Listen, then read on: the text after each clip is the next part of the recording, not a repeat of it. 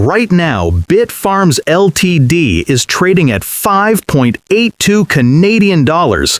That's up a very strong 5.43% on the day.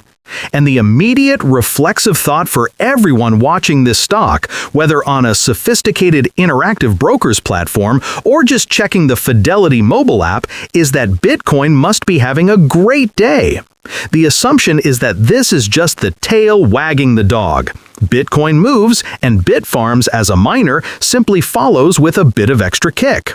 That is the expectation, but the reality of what's happening underneath the surface of this company and what's likely driving today's significant volume is infinitely more complex and, frankly, far more interesting. What you're actually seeing is the market trying to price in the fact that Bitfarms just fundamentally transformed its balance sheet and its entire future, closing a massive $588 million convertible senior note offering just a few days ago. This 5.43% jump isn't just about the spot price of a digital asset. It's about a company suddenly finding itself armed with what its CEO called over $1 billion in liquidity and financial firepower. The common belief, the one that gets talked about in forums and on social media, is that all these Bitcoin miners are basically interchangeable. You buy one, you buy them all. It's a simple high beta bet on crypto. People doing some basic online investing might pick Bitfarms, others pick a competitor, assuming the outcome will be roughly the same. This is the kind of asset that many automated intelligent portfolio services, like Schwab Intelligent Portfolios, would likely avoid entirely due to its volatility. It's seen as a pure self-investing gamble, something you add to your Robinhood or SoFi Invest account to get leverage. But this expectation is now dangerously outdated. The reality is that a massive separation is occurring between the miners who are just surviving and those who are positioning themselves to dominate the next phase of digital infrastructure. And Bitfarms just threw down a $500 million gauntlet. Let's really look at today's 5.43% move through this new lens. This isn't just retail speculation. The volume today, sitting at 8.73 million shares, is robust. This is the market trying to figure out what Bitfarms is worth now. Think about that $588 million deal. It's for notes due in 2031 with an incredibly low 1.375% interest coupon.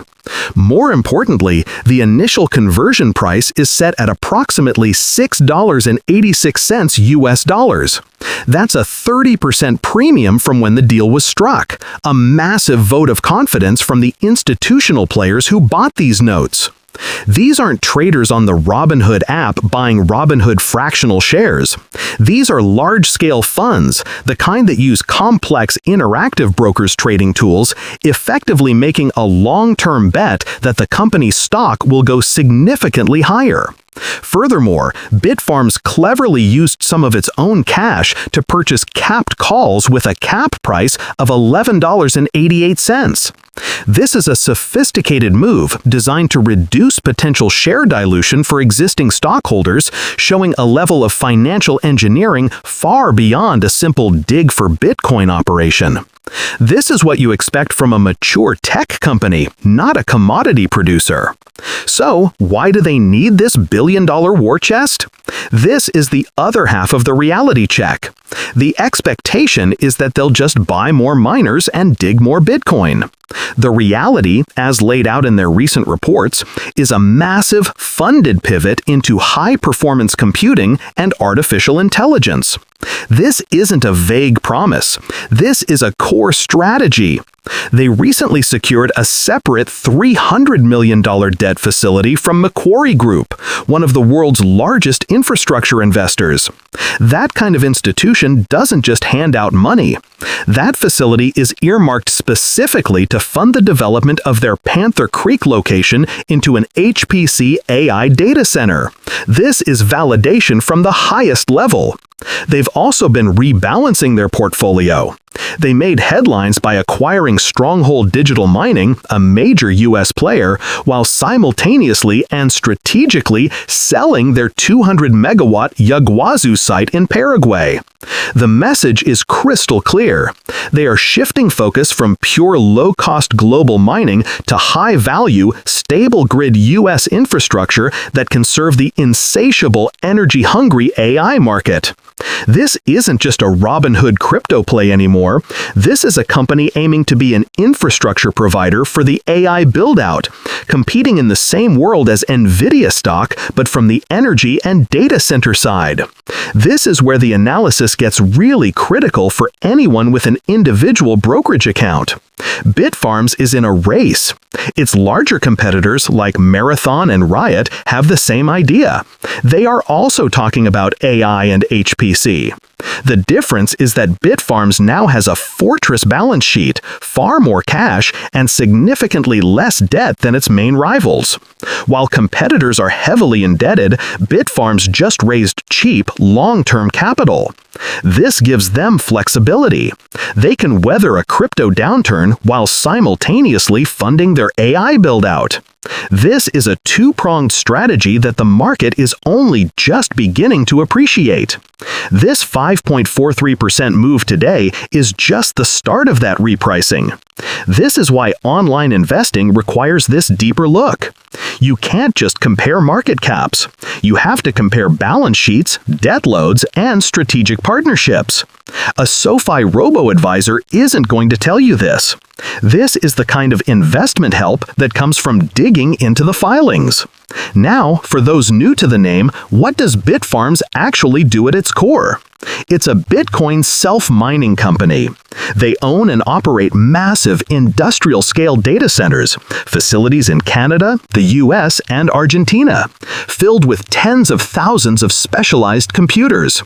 These computers run 24/7 to secure the Bitcoin network, and in return, Bitfarms is rewarded with new Bitcoin. Their business model is at its heart an energy arbitrage.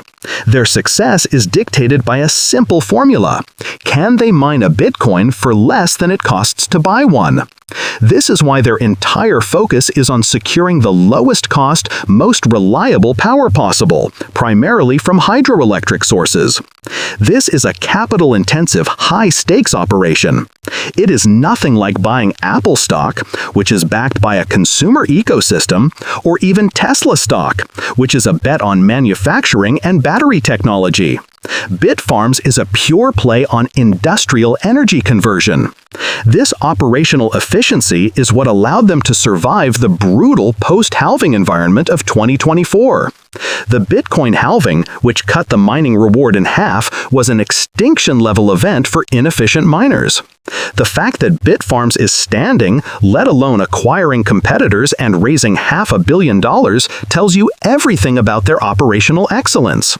They have an impressive operational hash rate of around 19.5 exahash per second (EHP) and a top-tier fleet efficiency of 19 watts per terahash, which are just technical terms for they are very, very good at mining Bitcoin cheaply. This brings us to the future outlook, and the tension between expectation and reality is at its peak here. The lingering expectation is that this is a dying industry, crushed by the halving and high energy costs. The reality is that the halving was a gift to the strong. It wiped out the competition. Bitfarms not only survived, but is now using its core competency, building and operating a massive low-cost energy-rich infrastructure to attack a new and potentially much larger market, AI. The future for this company is now a two-part story. First, you have the core Bitcoin mining business. This is now a highly efficient, cash-generating machine that acts as a leveraged play on the price of Bitcoin. If Bitcoin appreciates, Bitfarms' treasury and revenue rocket upward. This is the base business, and it's a strong one. Many investors in Fidelity ETFs or Fidelity mutual funds might be getting exposure to this name without even knowing it, as funds like the Fidelity Crypto Industry and Digital Payments ETF, FDIG, are known to hold miners. The second and more explosive part of the story is the AI HPC pivot. This is the catalyst. As they bring their US sites online for AI clients, they could start generating a new, stable, non-crypto revenue stream. This revenue would be long-term, contracted, and likely very high margin. This could fundamentally change the company's valuation.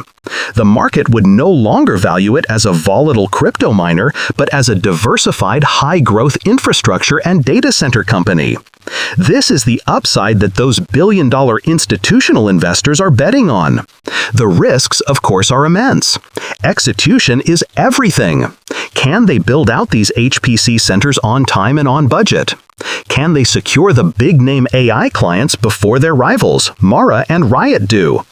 And what happens if the AI boom itself cools off, or if Bitcoin enters another prolonged bear market? This is not an investment for a Fidelity IRA's account you check once a year. This is an active, high-alert holding for traders using platforms